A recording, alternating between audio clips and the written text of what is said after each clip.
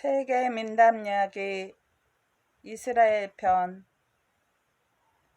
이스라엘 민족은 다른 민족들과는 달리 하느님 한 분만을 모시는 민족이었습니다. 하느님의 사랑, 은혜, 지혜로움이 스며 있지 않은 이야기는 하나도 없습니다. 하느님의 이야기를 재미로만 듣고 읽는 게 아니라 실제로 일어난 일, 앞으로 일어나는 일이라고 믿는 나라입니다. 노아에서 모세까지 방주에서 생긴 일.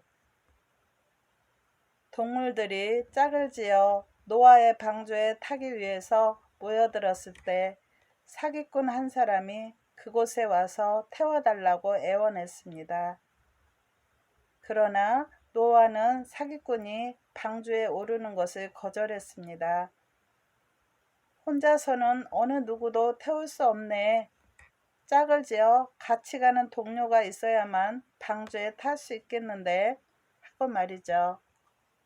그리하여 그 사기꾼은 같이 여행할 동료를 찾으려고 이리저리 헤매게 되었습니다. 그런데 때마침 사기꾼은 사치를 좋아하는 여자를 길에서 맞닥뜨렸어요. 저 혹시 나와 함께 가지 않으시렵니까? 사기꾼은 반가운 나머지 흥분했습니다. 나와 함께 가면 우리 모두 방주에 탈 수 있을 겁니다. 그렇게 되면 앞으로 다가올 커다란 재해를 피할 수 있을 거예요. 내 부탁을 들어준다면 당신에게 진실된 남편이 되겠습니다. 내가 벌어들인 모든 것을 집으로 가져오겠어요. 하지만 사치를 좋아하는 이 여자는 이 사기꾼의 말을 믿으려 하지 않고 대답했습니다. 저한테 약속을 해주신다면 당신과 함께 가지요. 무슨 약속이냐면 당신이 벌어들인 것을 모두 저에게 주실 것을 확실히 맹세하는 것입니다. 사기꾼은 급한 나머지 쉽게 약속을 했어요. 계약도 맺었습니다. 이렇게 해서 사기꾼과 사치를 좋아하는 여자는 한 쌍이 되어 노아의 방주에 타게 되었어요. 그런 약속에 얽매인 사기꾼은 여러 가지 속임수를 써서 얻은 것들을 몽땅 그 여자에게 가져다 주었습니다. 사기꾼은 쉬지도 않고 아주 열심히 사기를 쳤답니다. 그러나 아무리 벌어다 주어도 밑빠진 독에 물 붓는 격이었어요. 왜냐하면 사치를 좋아하는 여자는 아무리 많은 돈도 눈 깜짝할 사이에 모두 써버렸기 때문이에요. 하루는 사기꾼이 막 화를 내며 그 여자를 다그쳤습니다. 자기가 온갖 짓을 해서 벌어온 것이 하나도 남아있지 않았으니 말이에요. 그러나 사치를 좋아하는 여자는 자기가 가지고 있던 계약서를 보여주며 오히려 큰 소리로 웃어버렸습니다. 방주를 탄 괴물. 노아는 세상에 사는 커다란 괴물들을 방주에 타지 못하도록 하였습니다. 괴물들은 자기들이 무척 크다는 것을 믿고 홍수가 기껏해야 목가지에나 이를 것이라고 확신했어요. 그러나 하느님이 홍수 물 아래를 끓어오르게 하였으므로 결국 괴물들은 끓는 물에 발이 데워서 죽고 말았습니다. 그중 오직 한 괴물만 살아남았어요. 오그라는 괴물이죠. 오그는 원래 사람을 먹는 괴물이었습니다. 오그는 방주에 오르는 계단에 앉아서 방주에 붙어 있었던 것이지요. 그런데 빠져 죽지는 않았지만 배가 고파 견딜 수가 없었어요. 오그는 노아와 그의 아들에게 이렇게 간청을 했습니다. 영원히 여러분들의 노예가 될 테니까 제게 먹을 것을 좀 주세요. 노아가 어떻게 했겠습니까?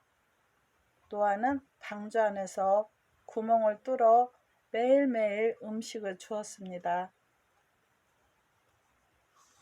절름발이가 된 노아, 방주 속에서 살아가는 12달 동안 노아는 낮을 알리는 햇빛도 밤을 알리는 달빛도 볼 수 없었습니다. 그 대신 진주를 하나 가지고 있었어요. 노아는 진주의 빛이 흐릿해지면 낮인 줄 알았고 진주의 빛이 환히 빛날 때는 밤인 줄 알았습니다. 12달 동안 노아는 잠을 잘 수가 없었어요. 노아뿐만 아니라 그의 아들들도 밤낮으로 한 잠 못 잤습니다. 왜냐하면 방주에 살고 있는 동물들에게 날마다 먹이를 주어야 했기 때문이에요. 동물들이 먹는 때는 똑같지가 않았습니다.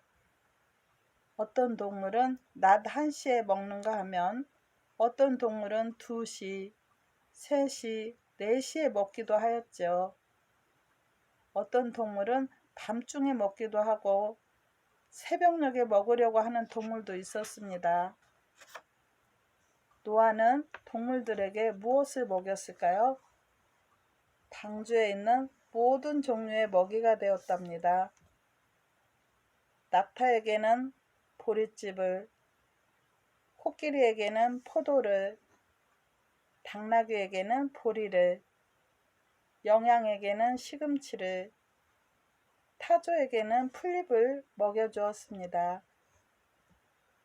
노아는 동물들이 무엇을 먹는지 죄다 알고 있었는데 불행히도 매미가 무엇을 먹는지 알 수 없었습니다. 어느 날 노아가 석류를 쪼개보니 조그만 벌레들이 기어다니고 있었어요. 벌레를 매미에게 주니 매미는 먹어치웠습니다.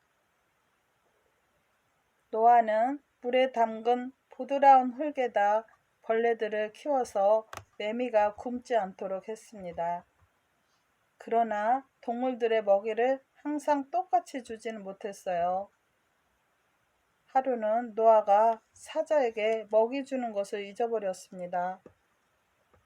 사자는 배고픈 나머지 노아의 발을 물었습니다. 그리하여 노아는 절름발이가 되었지요. 까마귀의 울음소리. 홍수가 나서 방주를 타고 떠돌아다니다가 노아는 홍수가 그쳤는지 알고 싶어서 까마귀를 밖으로 내보내려 하였습니다. 그러나 까마귀는 2번이나 차별당했다고 울면서 말했어요. 하느님이 나를 미워하셨는데 노아 당신도 나를 미워하는군요. 하느님은 깨끗한 동물은 7마리를 방주에 태우고 깨끗하지 못한 동물은 한 쌍만 태우라고 하셨는데 그때 저와 제 아내를 깨끗하지 못한 동물이라고 하셨죠. 이것이 저의 첫 번째 불만입니다. 그런데 당신도 저를 미워하고 있습니다. 7마리나 되는 다른 동물들은 다 온전히 내버려 두고 하필 2마리밖에 안 되는 저희 까마귀를 내보내니까요. 만약 제가 밖으로 나가서 추위에 떨다 죽거나 더위를 못 이겨 죽는다면 이 세상에서 까마귀는 영원히 사라질 것입니다. 이것이 저의 2번째 불만이랍니다. 그래서 노아는 까마귀에게 자세히 일러주었습니다. 그것은 까마귀가 생각하듯이 차별하는 것이 아니라 하느님의 현명한 섭리일 것이라고. 모든 만물은 선하지 않은 게 없으며 어느 누구도 하느님의 뜻을 거스를 수 없고 불공평한 대우를 받았다고 불평할 권리도 없다는 것을 까마귀에게 알려주었습니다. 까마귀는 노인의 말을 듣고도 만족해하지 않았어요. 그래서 방주를 떠난 까마귀는 다시는 돌아오지 않았습니다. 비둘기는 올리브 잎사귀를 어디서 물어왔을까요? 까마귀가 밖으로 나가 돌아오지 않자 노아는 다시 비둘기 한 마리를 밖으로 내보내어 홍수가 끝났는지 알아오게 하였습니다. 비둘기는 멀리 날아갔습니다. 그리고 조그만 부리에 올리브 잎사귀를 물고 다녔어요. 다른 나무들도 많이 있을 터인데 왜 하필 올리브 잎사귀를 물어왔는지 비둘기에게 묻자 비둘기가 대답하였습니다. 저는 방주에 머무는 동안 사람들이 준 어떤 달콤한 음식보다 하느님이 주신 음식물을 더 사랑합니다. 비록 올리브 잎사귀가 쓰디쓰다 할지라도 말입니다. 노아는 비둘기가 올리브 잎사귀를 신성한 땅인 감람산에서 물어왔다는 말에 더욱 반가워했습니다. 홍수 때문에 모든 땅과 산이 물에 잠겼지만 신성한 땅은 그대로 남아 있었던 것입니다. 우상을 부숴버린 아브라함. 아브라함의 아버지 데라는 우상을 숭배하는 사람이었어요. 데라에게는 우상을 만드는데 남다른 재주가 있었습니다. 그래서 데라는 커다란 우상부터 조그만 우상까지 만들어 팔기까지 했어요. 그러던 어느 날이었습니다. 데라는 집을 떠날 일이 있어서 그의 아들 아브라함을 불러놓고 우상을 잘 모시고 있으라고 당부했습니다. 조금 지나 우상 아래서 소원을 빌려고 많은 사람들이 모여들었어요. 그때마다 아브라함은 그들에게 나이가 얼마나 되었는지 물어보았습니다. 우상을 숭배하러 온 사람들이 50살 또는 60살이라고 대답하면 아브라함은 그들을 꾸짖으며 말했습니다. 당신들은 부끄럽지도 않으십니까? 그렇게 나이가 드셨으면서 어쩌냐게 우리 아버지께서 만드신 우상 앞에 엎드려 빌기를 원하십니까? 사람들은 아브라함의 가르침에 낯을 붉히며 모두 돌아갔습니다. 그때 한 나이 든 아주머니가 우상에게 제물로 바치려고 큰 쟁반에 밀가루를 가득 담아 들고 왔습니다. 아브라함은 쟁반을 받아들고 여러 우상 중 가장 큰 우상 앞에 갖다 놓았습니다. 그 다음에 도끼를 구해와서 나머지 작은 우상들을 모조리 부숴버렸습니다. 그리고 도끼를 가장 큰 우상의 팔에다 끼워 놓았어요. 아브라함의 아버지 데라가 집에 돌아와서 엉망이 된 모습을 보고 화가 머리끝까지 났습니다. 도대체 누구냐? 이런 나쁜 짓을 한 놈이 어디 있느냐? 응? 가장 큰 우상의 팔에 있는 도끼가 보이지 않으세요? 아브라함이 대답했습니다. 제가 말씀드리겠어요. 어떤 아주머니가 쟁반에 밀가루를 가득 담아 제물로 가지고 왔었습니다. 그런데 모든 우상들이 밀가루를 갖기를 원했답니다. 큰 우상은 그게 불쾌해서 도끼를 들고 나머지 우상들을 모조리 죽여버렸어요. 너가 나를 잘도 놀리는구나. 데라는 아들을 바라보았습니다. 우상들은 보지도 못하고 자기들 몸을 움직일 수도 없단다. 보세요, 아버지. 제가 아버지께 드리고 싶은 말씀도 바로 그것이에요. 사람의 손으로 만들어 가지고 또 사람의 손으로 부숴버릴 수 있는 우상에다 어떻게 절을 할 수 있으세요? 자기 스스로 움직일 수도 없는 그런 신들한테 어떻게 제물을 바칠 수 있으세요? 지구와 태양과 별들이 모두 그분 덕택에 이루어진 전지전능한 하느님을 아버지는 보지 못하십니까? 아브라함은 진지하게 따졌습니다. 사탄과 이삭, 하늘나라의 천사들이 모두 하느님 앞에 모인 어느 날이었습니다. 그 천사의 무리에는 물론 사탄도 있었지요. 그때 하느님이 사탄에게 물어보았습니다. 사탄아, 너는 지상을 방문했을 때 아브라함이 어찌 지내는지 잘 보았느냐? 아브라함이 진실로 신심이 깊은지 어떤지 잘 관찰해 보았느냐? 사탄이 말했습니다. 아무 염려하실 것 없습니다. 아브라함은 오직 하느님만을 섬기고 있습니다. 왜냐하면 하느님은 아브라함의 소원을 다 들어주었으니까요. 바로 최근에도 하느님은 아브라함이 도저히 아이를 낳을 수 없는 나이인데도 아들을 낳게 해주시지 않았습니까? 한번 아브라함을 시험해 보십시오. 아브라함의 아들을 불에 태워 제물로 바치게 해 보십시오. 그러면 아마도 하느님의 명령을 거절할 것이며 절대로 들으려 하지 않을 것입니다. 그리하여 하느님의 말씀이 아브라함에게 전해졌습니다. 아브라함아, 너의 아들을 불에 구운 제물로 나에게 바치거라. 그때 아브라함이 말했습니다. 저에게는 두 아들이 있습니다. 하느님께서 그 두 아들 가운데 어느 아들을 거두어 가시려 하는지 저는 잘 모르겠습니다. 너의 아들, 너의 하나밖에 없는 아들 말이다. 하느님이 대답했습니다. 아브라함이 말했어요. 이스마엘도 이삭도 저희 어머니들에게는 하나밖에 없는 자식들이죠.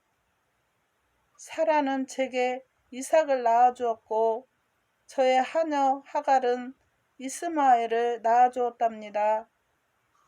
하느님은 다시 말했어요. 너의 아들, 너의 하나밖에 없는 사랑하는 아들을 보내거라. 아브라함은 대답했습니다.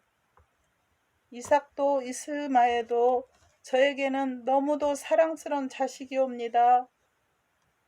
하느님은 마지막으로 말했습니다. 너의 사랑하는 아들인 이삭을 내가 머물고 있는 산으로 보내거라. 아브라함은 사라가 이 소식을 듣는다면 마음이 아파서 슬픔과 고통으로 죽을지도 몰라서 고민하다가 거짓말을 하기로 했습니다. 이삭을 멀리 있는 도시로 보내 선생님에게서 풍속과 지혜를 배우게 하겠다고 사라에게 말했습니다. 아브라함과 이삭이 길을 떠났을 때 사탄은 이 두 사람이 뜻을 이루지 못하도록 온갖 짓을 했습니다. 처음에 사탄은 나이 많은 할아버지로 변신하여 아브라함의 길을 막고 말했습니다. 나는 당신이 아들을 하나님의 제물로 바치려고 하는 걸 알고 있지. 제정신이 있는 사람이 그런 짓을 할 수 있을까? 당신은 잘못됐어. 어떻게 아버지가 그렇게 잔인할 수가 있지? 그러나 아브라함은 사탄의 짓이라는 것을 알아챘습니다. 아브라함이 사탄을 꾸짖어 쫓자 사탄은 사라졌습니다. 다음에 사탄은 미소년으로 변하여 이삭에게로 다가가서 말했습니다. 너의 아버지라고 하는 우둔한 영감이 너를 도살장으로 끌고 가는 걸 너는 모르니? 왜 너는 꽃다운 나이에 죽어야 되니? 너 앞에는 아름다운 세계가 놓여 있는데 말이다. 도망갈 시간은 지금뿐이야. 자, 가자. 그러나 이삭은 반대했습니다. 하느님의 명령과 우리 아버지의 뜻은 나를 비추어주고 앞길을 인도해주는 별과도 같아. 사탄은 자신의 흉계가 별 소용이 없음을 알고 거센 개천으로 변하였습니다. 아브라함과 이삭이 처음에 건널 때는 무릎 정도밖에 오르지 않던 물이 마침내 목에까지 차올랐습니다. 아브라함은 길을 잘못 들었나 해서 당황하고 두려워했습니다. 그러나 아브라함은 곧 정신을 차리고 이곳에는 원래 개천이 없다는 것을 알아냈습니다.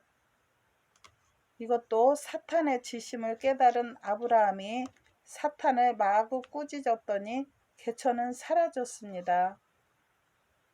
마침내 사탄도 이 세상에 아브라함만한 사람이 없다는 것을 인정할 수밖에 없었어요. 아브라함이 이삭과 함께 예루살렘의 감람산 정상에 도착하여 이삭을 제물로 바치려 할 때 하느님은 사냥을 보내 이삭을 구하였습니다. 이때도 사탄은 방해를 했습니다. 사냥을 울타리에 가두어 버린 것입니다. 아브라함은 이것을 보고 사냥을 울타리에서 구해주었으며 하느님의 명령대로 사냥을 불에 구워 제물로 바쳤습니다. 사냥은 곧 재로 변하였어요. 그 재는 먼 후일까지 그 빛을 잃지 않고 신성한 성전에서 타올랐습니다. 그러나 사탄은 나쁜 짓을 그만두지 않았어요. 아브라함 가족 중 누구라도 사탄의 흉계로 희생되어야 했습니다. 사탄은 다시 늙은이의 모습으로 변신하여 사라에게 다가갔습니다. 이 세상에서 가장 불행한 어머니 사라, 지금 너의 아들 이삭에게 어떤 일이 일어나고 있는지 알지 못하는가? 아브라함이 이삭을 산으로 데려가 제물로 바치려고 하는데 아직도 모른단 말인가? 아들은 죽지 않으려고 소리를 지르며 슬피 울고 자기를 불쌍히 여기라고 마구 빌어대고 있었지.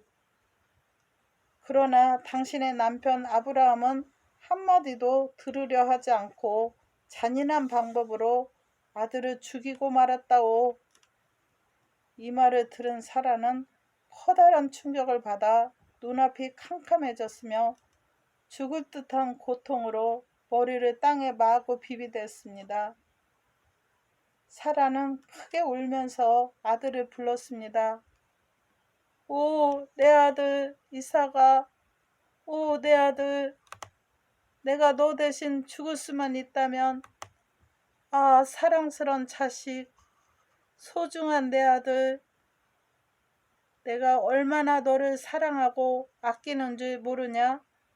너는 내 모든 기쁨이고 위안이었는데, 그런데 지금은 흐흑, 내가 더 살아 무엇하겠느냐? 살아 무엇하겠어? 사라가 너무 슬퍼하여서 사탄의 마음에도 동정심이 생겼습니다. 그래서 사탄은 다시 이삭의 모습으로 변했어요. 사라는 하나뿐인 이삭이 그렇게 나타나자 당황한 나머지 정신을 잃고 마침내 죽고 말았습니다.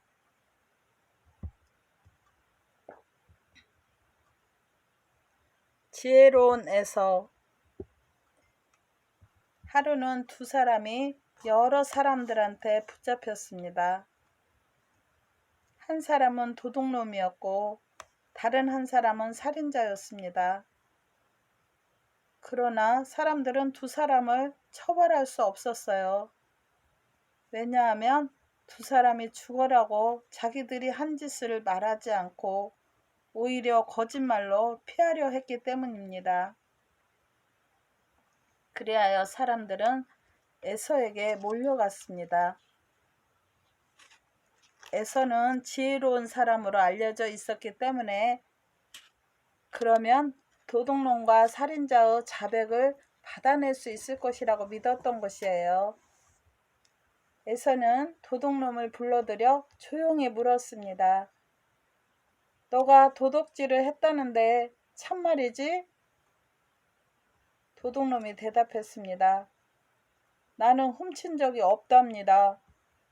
에서는 넌지시 도둑놈에게 말했어요. 자네같이 성실하고 믿을 만한 사람이 도둑이라니 사실 말이 안 되는 일이야. 그렇고 말고. 그런데 자네가 훔친 물건을 같이 나누어 가진 사람을 좀 알려줄 수 있겠는가? 그러자 도둑놈이 흥분해서 말했습니다. 그 비렁뱅이 놈은 도망쳤습니다. 내 목까지 모조리 갖고 말이에요. 자기도 모르게 도둑질한 일을 말해버린 도둑놈은 감옥으로 붙들려 갔습니다. 에서는 살인자를 불러들여 이렇게 물었어요. 제발 좀 말해주게. 죽은 사람이 생전에 너를 자주 때렸다고 하는데 그 이유가 무엇인가? 살인자가 이 말을 가만히 듣고 있더니 몹시 불쾌하며 성난 목소리로 말했습니다. 그건 말도 안 돼. 파렴치한 농간이요. 나는 그런 놈한테 얻어맞을 사람이 아니란 말이오. 한번 동네 사람들한테 물어보셔. 나만큼 힘이 있는 사람이 없다는 것을 알게 될 테니까. 이렇게 해서 살인자는 재판을 받고 도둑놈과 같이 감옥으로 가게 되었습니다. 말하는 늑대. 형제들의 말질투로 요셉이 이집트로 팔려가게 되자 형제들은 요셉의 옷을 벗기고 짐승의 피를 묻혀 아버지인 야곱에게 가져갔습니다. 그리고 갈기갈기 찢기고 피 묻은 채 떨어져 있는 옷을 들판에서 주워왔노라고 야곱에게 거짓말을 했습니다. 야곱은 너무도 놀라 소리를 질렀어요. 왜냐하면 가장 사랑하는 아들이었기 때문입니다. 야곱은 울부짖으며 한탄했습니다. 어떤 놈의 짐승이 내 아들을 물어 죽인 게 틀림없어. 이런 일이 있을 수가 있을까? 요셉은 짐승한테 물려 죽었어. 내 아들 중에 그 녀석이 제일 훌륭하고 사랑스러웠는데 이제는 사라져 버렸으니. 야곱은 땅에 엎드려 돌처럼 꿈쩍하지 않고 몹시 슬퍼했습니다. 한참 후 야곱은 고개를 들고 아들들에게 말했어요. 얘들아, 창과 활을 들고 나오너라. 지금 당장 들판으로 가서 짐승을 잡아오자. 그리고 너희들은 요셉의 시체를 찾아보아라. 내가 손수 요셉을 묻어주어야 해. 또 너희들이 나가서 처음 보는 어떤 짐승이라도 잡아오너라. 하느님은 내 마음을 알아주시게다. 분명히 내 아들을 잡아먹은 그 짐승놈을 너희들에게 보내주실 것이다. 그놈의 뱃속에 내 아들의 시체가 있을 거야. 요셉의 형제들은 아버지 분부를 받들어 서둘러 들판에 나가 사냥을 시작했습니다. 숲속으로 들어갈 때 눈앞에 늑대 한 마리가 눈에 띄었습니다. 요셉의 형제들은 늑대를 생포하여 아버지 야곱에게 끌고 왔습니다. 아버지의 말씀대로 처음 눈에 띄는 짐승을 잡아왔습니다. 야곱은 늑대에게 다가가서 성난 목소리로 말했습니다. 내 아들 요셉은 내 놈을 해치려 하지도 않았고 창이나 활을 지니지도 않았는데 어찌하여 잡아먹었더란 말이냐? 이때 하느님이 야곱을 위로하기 위해서 늑대의 입을 열어주었습니다. 늑대가 말을 했습니다. 주인님, 맹세코 저는 주인님의 아들을 본 적도 없고 잡아먹은 적도 없습니다. 저는 잃어버린 저의 아들을 찾아 아주 먼 곳으로부터 왔답니다. 그래요, 아들을 찾았어요. 며칠 전에 제 아들이 없어졌어요. 어디 갔는지도 모르고 지금 살아있는지 죽었는지도 모른답니다. 저는 오늘도 저의 아들을 찾으러 이 들판에 나왔어요. 그러다 이 사람들을 만나게 된 것이에요. 그들이 저를 잡아서 주인님에게 데리고 왔습니다. 그래서 저는 지금 몹시 걱정스럽답니다. 아, 이제 저는 주인님 손아귀에 있습니다. 저를 어떻게 할지는 주인님 손에 달렸어요. 그러나 저는 하느님 앞에 맹세할 수 있어요. 저는 주인님 아들을 본 적도 없고 잡아먹은 적도 없습니다. 이제까지 저는 한 번도 사람의 고기를 맛본 적이 없습니다. 늑대의 하소연을 들으니 야곱은 놀랍기도 하고 동정이 가기도 하였습니다. 그는 잃어버린 아들을 찾아 헤매는 늑대의 심정을 이해할 수 있었습니다. 야곱은 늑대를 풀어주었으며 늑대가 아들을 찾게 되기를 마음속 깊이 빌었습니다.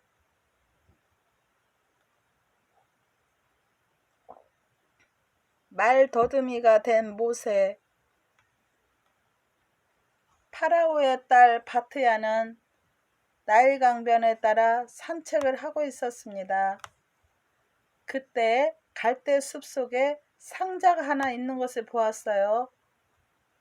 이 상자 속에는 갓난아기 모세가 있었습니다.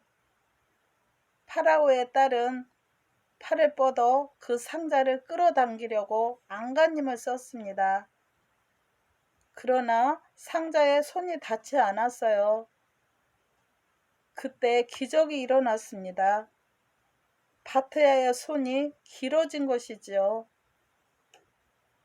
우리들이 이루기 힘든 일을 이루려고 노력할 때 미리 포기하고 주저앉을 필요는 없습니다. 중요한 것은 그 목표를 달성하겠다는 강한 의지니까요. 바로 그때 두 번째의 기적이 일어났습니다. 당시 공주는 온몸에 심한 발진을 앓느라고 몹시 시달리고 있었어요. 이집트의 의사들이 지닌 의술로도 고칠 수 없었던 병이지요. 그런데 공주가 모세가 든 상자를 채 만지기도 전에 거짓말처럼 발진이 깨끗이 나았습니다. 공주는 이 상자 속에 든 어린아이에게 보통 사람과는 다른 신통한 힘이 있을 것이라고 생각했습니다. 바트야 공주는 젖먹이 모세를 궁전으로 데리고 와서 그곳에서 보살폈습니다. 모세는 파라오의 딸 바트야의 품 안에서 3살까지는 무사히 잘 자랐습니다. 그러던 어느 날 어린 모세가 파라오의 왕관을 손에 쥐고 자기의 머리에다 쓰려고 했습니다. 파라오는 어린 모세의 겁없는 용기에 놀라서 여러 현자들과 신하들을 모아놓고 상의를 했습니다. 어린 모세의 이런 행동이 과연 아무것도 모르고 한 짓일까? 아니면 장차 나쁜 일이 일어날 징조일까? 대부분의 신하들이 말했어요. 폐하, 이 어린 것이 장차 왕자를 빼앗은 그런 불길한 아이라는 사실을 오래 전부터 말씀드려 왔습니다. 심히 두렵습니다. 또 다른 신하들이 거들었어요. 사람들이 모세를 창으로 찔러 죽이거나 태워 죽일 것입니다. 이렇게 이야기가 돌아가고 있을 때 그들 중 지혜로운 신하인 지트로가 말을 가만히 듣고 있다가 왕 앞으로 나섰습니다. 폐하, 어린 모세가 과연 그러한지 알아보기 위해서 어떻게 하면 어떻겠습니까? 한쪽 편에는 빛나는 보석 덩어리를 놓고 또 다른 편에는 활활 타오르는 석탄 덩어리를 놓아서 어린아이가 어떻게 하는지 보는 것입니다. 보통 어린아이 같이 순진하다면 불을 잡으려 할 것이며 보석 덩어리에는 관심이 없을 것입니다. 신하들은 모두 지트로의 말에 찬성을 하고 그렇게 하기로 했습니다. 그런데 용감한 모세는 벌써 보석 덩어리를 움켜쥐려고 손을 뻗었습니다. 모세의 운명이 위험한 상태에 빠지기 직전이었어요. 이때 눈에 보이지 않는 천사 가브리엘이 나타나 모세의 손을 석탄 덩어리로 옮겨 놓았습니다. 어린 모세는 석탄을 쥐자마자 너무 뜨겁고 아픈 나머지 그만 불덩어리를 입으로 가져가 버렸습니다. 그래서 모세는 위험한 상황에서 살아났지만 입과 혓바닥을 대어 말을 더듬거리게 되었습니다. 믿음직한 목동. 양떼를 몰고 풀 먹이러 나가면 모세는 꼭 들판 뒤로 갔습니다. 일부러 들판 너머로까지 간 까닭은 남의 땅에 양들이 못 들어가게 하기 위해서였습니다. 하루는 어린 양 한 마리가 안 보였습니다. 무리로부터 벗어난 것이 틀림없었어요. 모세는 어린 양을 찾으려고 서둘러 되돌아갔습니다. 그는 걱정이 되어서 중얼거렸습니다. 어린 양을 찾아 나서야겠어. 어서 찾아서 다시 무리들과 어울려 놀게 해야지. 벌판에서 혼자 방황하다 배고프고 목이 말라 죽어버릴지도 몰라. 모세가 찾아 나선 지 얼마 되지 않아 그 어린 양을 발견했습니다. 어린 양은 샘터에서 혼자 물을 먹고 있었어요. 모세는 비로소 왜 어린 양이 혼자 무리로부터 벗어났는지 알았습니다. 어린 양은 목이 말랐던 것이에요. 모세는 어린 양에게 천천히 다가가서 나지기 말했습니다. 귀여운 어린 양, 내가 너를 뒤따라오지 않았으면 너가 얼마나 목이 말라 하는지 알지 못하였구나. 어린 양이 물을 다 마시고 나자 모세는 어린 양을 번쩍 들어 어깨 위에 얹었습니다. 그리고 온 길을 되돌아가 양떼들이 노는 곳에 안전하게 데려다 놓았습니다. 모세는 생각했어요. 이 양은 너무 어리고 약해. 앞으로 내가 어깨에 메고 다닐 테야. 하나님은 모세의 행동에 흐뭇해했습니다. 모세야, 너의 따뜻한 마음이 그렇게 클 수가 있느냐? 너의 마음이 그러하기 때문에 양을 소중하게 보살필 수 있었구나. 모세, 너는 믿음직한 목동이니 나의 민족 이스라엘 백성을 이끌어 나가도록 하여라. 요셉의 관. 요셉이 나이가 들어 죽을 때가 다 되었습니다. 요셉은 형제들과 아들을 불러놓고 이집트를 탈출할 때 자신의 뼈를 가지고 가서 신성한 땅에 묻어달라고 유언을 남겼습니다. 요셉이 마침내 숨을 거두자 형제들은 나무로 만든 관에 그를 넣어 우선 이집트 땅에다 묻었습니다. 그런데 이상하게도 요셉의 관에 묻은 땅은 점점 비옥해지고 풍요로워져서 수확도 이전보다 훨씬 많았습니다. 사람들은 이 소문을 듣자 서로들 무덤을 파헤쳐 다른 땅으로 옮겨 묻었습니다. 그러자 그 땅에서도 기적이 일어났어요.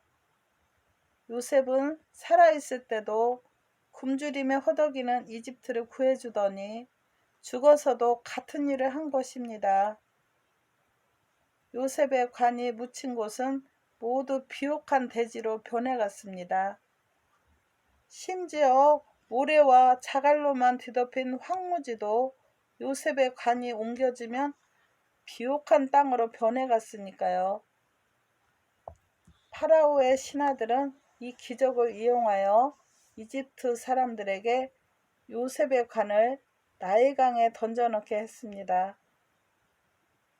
이집트 사람들도 그렇게 하면 나일강변에 있는 모든 토지들이 이전보다 훨씬 비옥해질 것이라 생각했어요. 그러나 파라오 신하들에겐 사실 다른 목적이 있었습니다. 이스라엘 백성들이 요셉의 뼈를 버려둔 채 이집트를 떠나지는 못할 거라고 판단한 것이지요.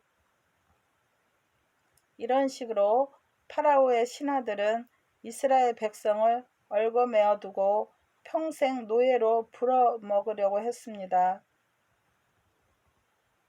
드디어 이집트를 탈출하는 날이 다가왔어요. 모세는 나일 강변에 가서 외쳤습니다. 요셉이여, 요셉이여, 드디어 때가 왔습니다. 어서 강 위에 올라오시어 당신이 형제들에게 한 유언대로 당신의 뼈를 신성한 땅으로 옮겨갈 수 있도록 해 주십시오. 당신의 관을 우리들에게 보내주시면 당신의 소원대로 해 드릴 수 있으나 당신이 스스로 나타나시지 않는다면 우리들은 당신의 유언을 지킬 수 없으니 원망하지 마십시오. 모세가 이 말을 마치자마자 강물 속 깊은 곳에서 물거품이 일면서 나무로 만든 관이 둥실 떠올라 강 밖으로 나왔습니다.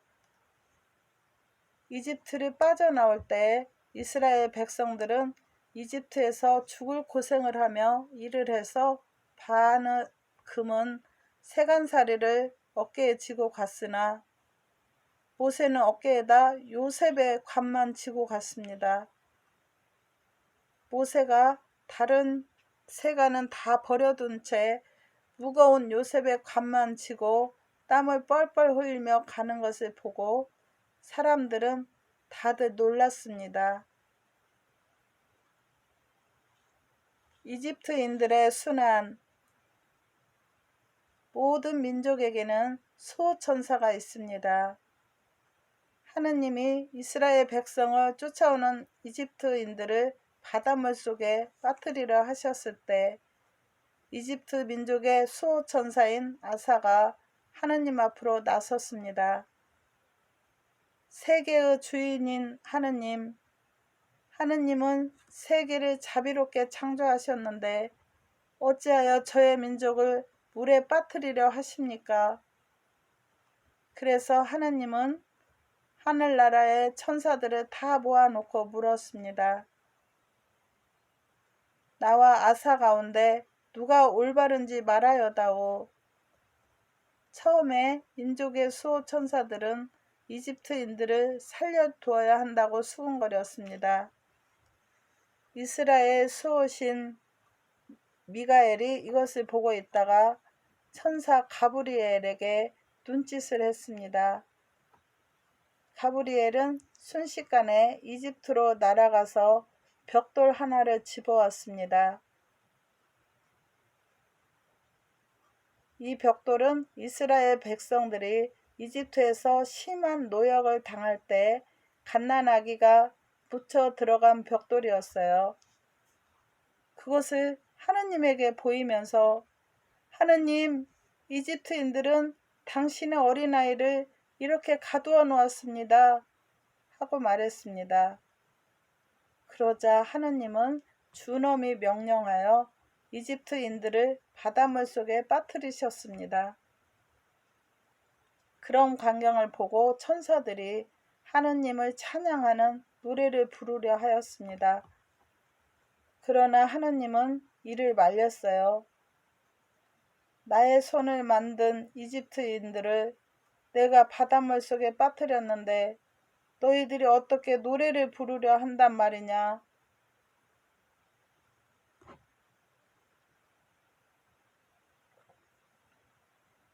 모세의 성품. 동방나라에 어떤 왕이 있었습니다. 왕은 모세가 신과 같은 힘을 지녔다는 이야기를 많이 들었어요. 모든 사람들이 모세의 고매한 성품을 칭송했습니다. 동방의 왕은 그게 진실인지 아닌지를 알고 싶어 했어요. 이 나라에서 많은 신하가 있었는데 그 가운데 2명의 유능한 신하가 있었습니다. 재주 있는 화가와 신통한 관상쟁이였습니다. 화가가 어떤 얼굴이든 얼굴을 그려오면 관상쟁이는 그 얼굴 그림을 보고 그 사람의 성격을 족집게처럼 알아맞혔습니다.